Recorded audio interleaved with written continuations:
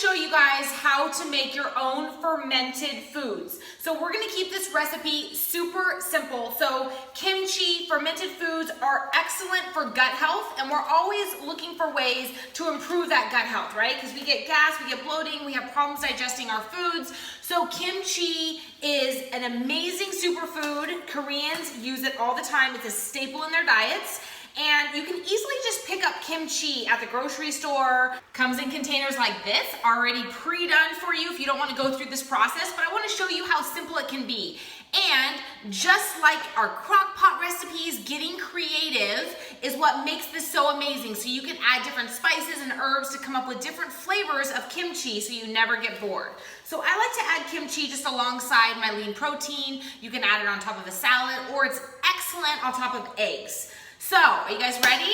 So this is a super simple recipe. You can go online and get all kinds of creative recipes, but you know me, I like to keep it simple. So I've got 2 mason jars here that we're going to use, and I've already pre-chopped cabbage. So Napa cabbage is a regular ingredient in kimchi, but I actually used just a round head of cabbage because I didn't have any Napa cabbage on me. You can always make it work. So I used a head of cabbage all chopped up, and you want to make sure that you soak it in the salt for hours. So I chopped the cabbage very, very fine. So you want to make sure you take Napa cabbage or a head of cabbage, chop it fine, and then I added 3 tablespoons of salt. So I know you're not normally used to seeing tons of salt. 3 tablespoons is almost a 1/4 cup, so it's quite a bit of salt, but it's sea salt. So using that sea salt, add it to your mix of cabbage, and then I placed a paper towel right over top, and I used this pot just to add a little bit of weight. And what this is going to do is this is just going to allow the natural juices of the cabbage to come out, and we're going to ferment the food in its own juices. So I used this after I massaged the salt into the cabbage. I massaged the salt into the cabbage for about 2 to 3 minutes. You want to make sure that you really massage it all in there very nicely so it's completely coated with the sea salt. Then I took the paper towels and I used this pot, it worked perfectly in the bowl I was using, just to press down and then left this in the refrigerator for 2 to 12 hours. So you can do 2 hours, but the longer you let it sit, then the more the juices are going to be released from the cabbage. So this just adds a little bit of weight. So now that I've done that, it kind of creates its own juices, and you'll notice that there's a lot of moisture in the cabbage now. So what I'm gonna do is I'm gonna continue now to really massage and squeeze and knead the cabbage. So the whole point of this now is to get as much of the natural juices out as possible. So this is gonna be about 5 minutes, a nice little arm workout to really massage the cabbage even more, and you'll see all the juices coming out of the cabbage. So I've got all this cabbage here, and as you knead it, you're gonna see all the juice coming out. So you shouldn't need to add any water to this simple recipe.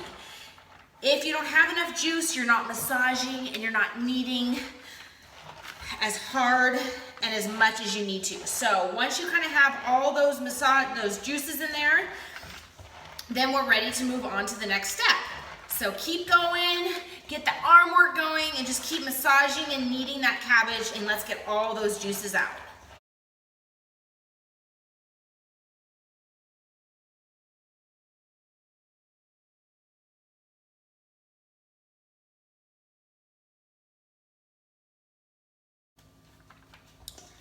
All right, so I see a lot of juice there at the bottom of the bowl, so this is looking really, really good.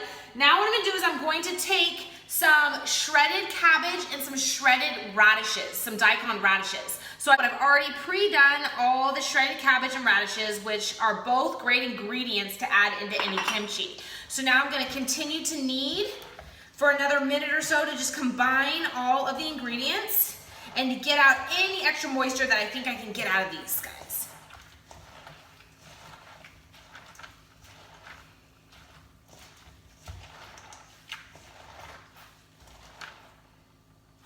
All right, so now we are going to spice up the kimchi, and this is where it gets fun.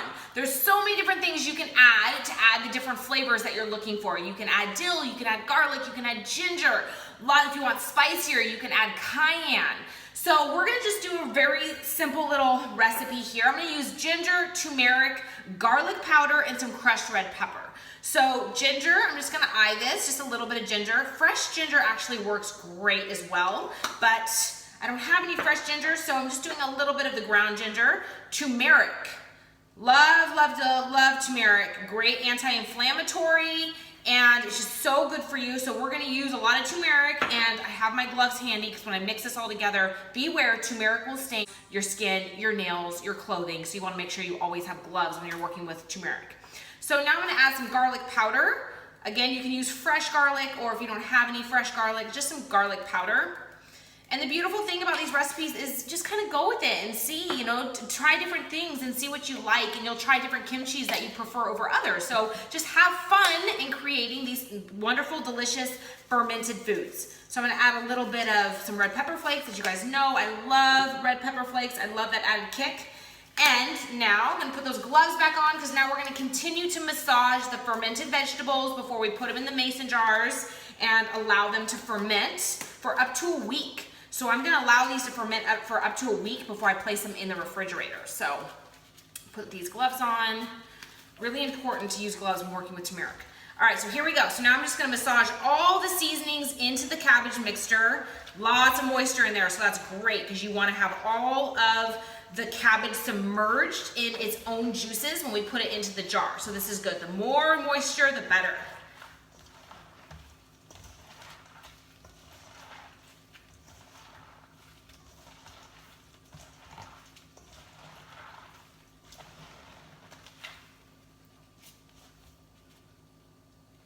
All right, so now we're going to add the fermented cabbage into these jars. So I'm just gonna place it in here and press it down so it's nice and tight in there, and all those juices are covering all of the cabbage. You really shouldn't need to add water. So like I said, if there's not enough moisture, that means you did not knead enough, and you need to keep kneading just to get all those natural juices in there. So as you can see, it's completely submerged in its own juices, and this is all you're going to need to do to ferment your vegetables and get that great healthy gut. So I'm gonna finish up on this other jar, put all those vegetables in there, all that goodness.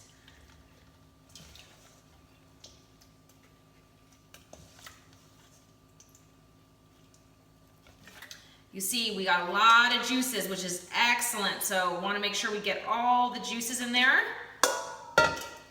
It's a little bit of a messy process, but it's okay. Definitely worth it. And press all the cabbage down, so you'll see, like I said, that they're submerged in the liquid. You don't want to have any cabbage that's not in the liquid, otherwise it could form some mold. So you want to make sure that is completely submerged and definitely very moist. So now the beautiful thing is you just remove your gloves and you're stain free. Now we're just gonna put the cap on these. So put the cap on there and just lightly seal it, so not too tight. And now the fermentation process has already begun. So we're gonna now allow these to just sit out in room temperature, so you don't wanna put these in the refrigerator. This is done. You see, it didn't even take that long. I had stuff already pre-chopped and ready to go, but it doesn't have to take that long. So now I'm gonna allow these to sit on my counter and ferment for 2 days to a week. The longer, the better. So I'm gonna allow them to just sit for a week, and I'll actually show you guys what these look like in an upcoming video, but we're gonna just let those sit. And you've done the hard work. Maybe every couple days you just open up and make sure that you kind of get all the extra air out of there, seal them back up, just kind of, they call it burping. So just kind of open it up, seal it back up, and just let them sit. So sit, set it, and forget it, and before you know it, everything's fermented. You can even taste the fermentation. So when you open up and you give them a try, you kind of taste that little bit of that sourness to it. That's how you know that they're done. And then you place them in the refrigerator. And the best part is that these will last in your refrigerator for months. fermented foods last. They're great to have on hand. So you can just make a whole bunch of these in different flavors and seasonings and then just add them. These are free foods, you guys. So add these. These are free on our meal plans. So great for gut health, a great little substitute for vegetables. And this is breaking down the enzymes. So it's allowing your body to digest the vegetables a little bit better. So for those of you that might have some issues with gas and bloat when you eat certain vegetables, fermented foods are amazing for you. For everybody, but especially if you don't digest foods properly. So this is going to help you assimilate the nutrients and get straight into the gut and give your gut the good bacteria that we need for longevity and overall health. So I hope you enjoyed that. Give this a try. You can buy them at the store, but you can make them on your own just as easily, and you can control what you put in them. A lot of store-bought will have sugar because sugar does help with the fermentation process, but it's not 100% needed. So go ahead and pick them up at the store if you're in a bind or don't have the time, but you see how easy that is and how fun it can be to come up with your own creative kimchis. So I hope you enjoyed those and give these a try. They are amazing. See you guys real soon.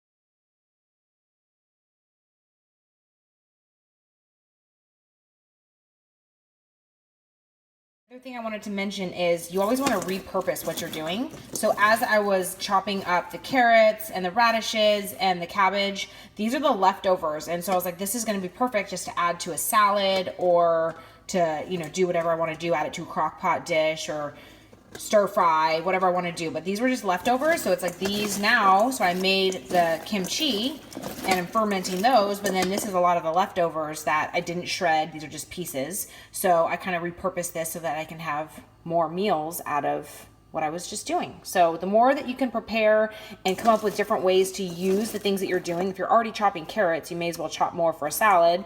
And yeah, carrots are not a free food, but if you aren't going to hurt you, throwing in a couple carrots into a salad, it's all about balance, you guys. So yeah, the more you can repurpose things. I love cabbage, radishes, just a handful of this in a nice salad adds for a great amount of crunch. So repurpose your foods. Hope that helps.